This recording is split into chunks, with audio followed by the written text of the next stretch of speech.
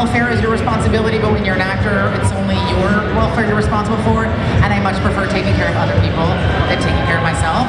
So, because I just take care of myself on the weekends. But during the week, it's about other people.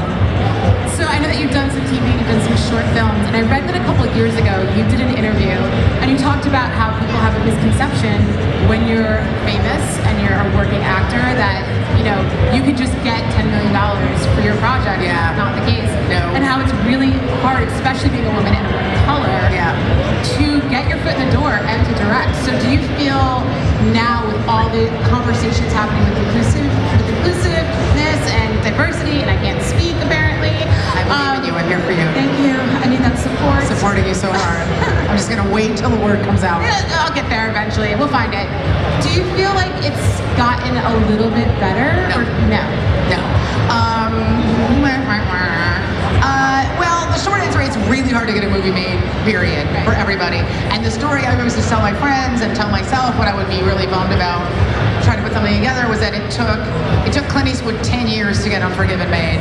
And everybody was telling him, like, you know, Western film, that genre is dead, no one wants to watch a Western, and he was already like Clint Eastwood. And another perfect example is how long it took Ryan Reynolds to get Deadpool made. They were working on the movie for a decade, and he was already really famous, he'd already played Deadpool in a movie, and they still were like, no one wants to see your stupid movie. And I swear to God, if I was Ryan Reynolds, I would just take bags of money, walk up to people who told me no, and slap them in the face with it. Make them pick it up and give it back to me, and then double finger them walking backwards all the way down the street. To be honest, I just want to get fake bags of money and do that to people. I'm gonna start, actually now that I've pitched it, I'm gonna do that to like random people just generally. I mean, like just down at the Starbucks, smack! Give me a frappuccino, double finger, double finger, double finger. So it's just hard to get movies made, period. It requires an incredible amount of discipline and determination and perseverance, and I think it requires you to be able to hear people tell you to your face, I don't believe in you and your ideas, over and over again, and still not lose faith in yourself. And when I did my podcast, Girl and Guy, I talked a lot about this, that like, you know, anything really meaningful is going to take a lot of sacrifice, and to not let other people dictate how you feel about yourself, which can be really hard, especially now when social media is telling you every day, like, you're ugly, you're fat, you're stupid, you're a loser. To not let those voices creep in, it requires a lot of mental discipline, and it can be really, really tough. But to do anything meaningful, not just in entertainment, anything that you care about, you just have to stay driven. You have to not let other people chip away at your belief in yourself. And so the very long answer is it hasn't gotten easier. It's fine. But I love what I do, and that's what keeps me going every day. I did direct my first feature film this past year. I crowdfunded it because my fans matter to me so much more than guys in suits. And it was an amazing experience. I made it for $250,000. It ended up going to 10 film festivals. It ended up winning 3 awards, and then it got picked up for distribution, and you can watch it now on iTunes and Amazon and Vudu and Fandango and all the things where you get movies. But when I was trying to put that movie together and people were telling me it was never going to work, like, you just cannot let other people tell you how to live your life, period, no matter what you're doing. And it's so important because, you know, you only get the one run. So, you know, I will be damned if I'm going to let that dude tell me how I'm going to do it. So you mentioned your podcast, Guy on Girl. Girl on Guy. Not Guy on Girl. Yeah, don't Girl on Guy. Search Guy on Girl. Don't look that up.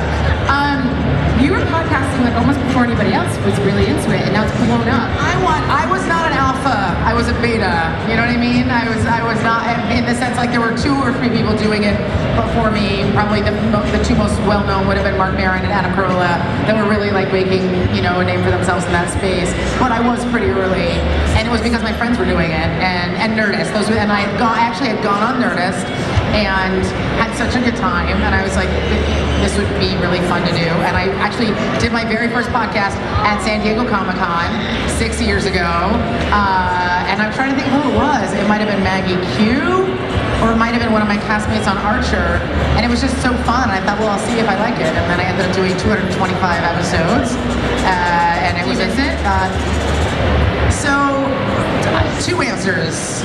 The first answer is yes, especially when I come to cons and people who listen to my podcast come up and tell me how much it meant to them, because I didn't have an engineer or a producer. It was just me and an iPad and another person in a room, no publicists, no friends, nobody in there.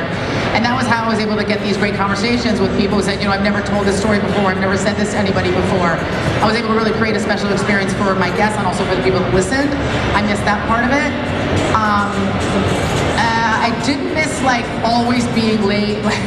Just if anybody listened to my show, it just always went up late. I was just always super busy, and I'd just be in a hotel room at 3 o'clock in the morning, and be like,